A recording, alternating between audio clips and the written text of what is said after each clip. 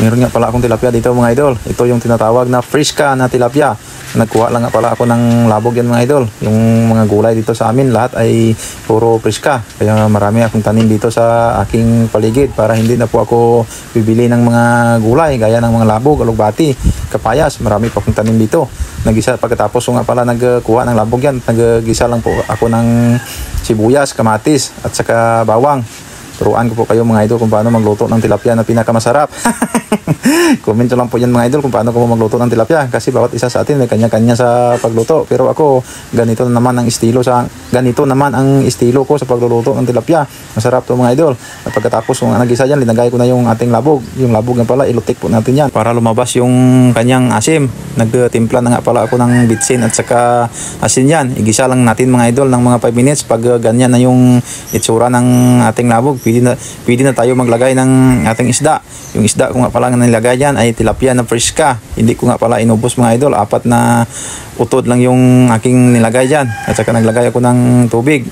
Masarap to mga idol. Gawin nyo po to sa bahay nyo ng ganitong pangluto. At saka takpan lang muna natin. At pagkalipas ng 10 minutes na pinakuluan ko dyan, at kampiyon na po yan mga idol, luto na po yan. Linagyan ko lang ng 3 pirasong siling haba para mas mabango at saka maaraanghang na naman yung ating ulam. At saka naggisa naman ako ng bawang at saka sibuyas kasi gawa ako ng sinangag mga idol. Marami kasi akong bahaw dito. Masarap kaya ang sinangag mga idol. Kahit ano lang iparis mo yung ulam yan. Meron ka lang dayok at saka tuyo niyan. Masarap talaga ang sinangag. Luto na po yan mga idol. Tara, kain na po tayo. Luto na ulam to mga idol. Kain po tayo.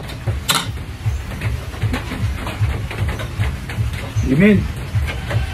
Tak mga idol, kampiyon ulam natin. Kampiyon to sa malamig-lamig na panahon. Gawin nyo to mga idol na pangluto. Masarap to.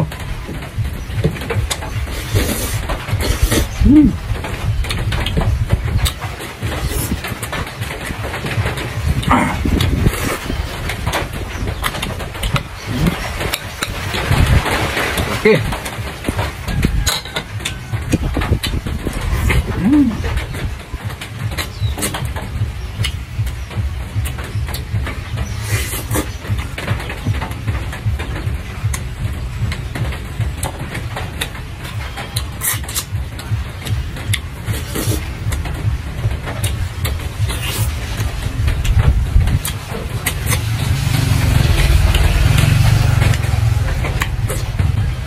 Kain po tayo mga idol.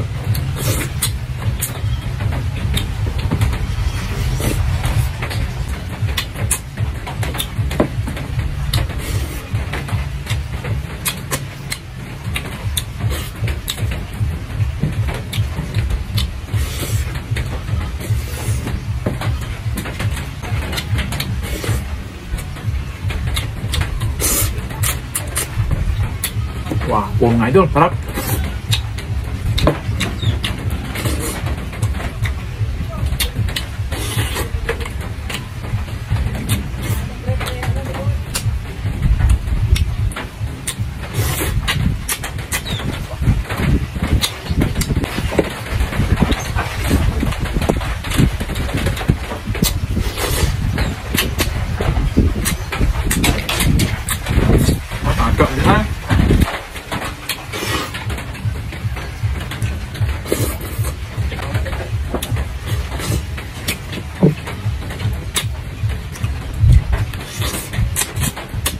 Sarap.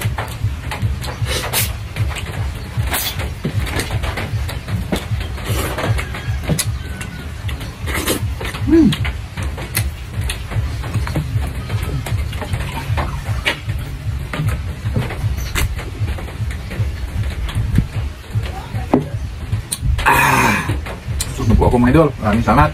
Bye.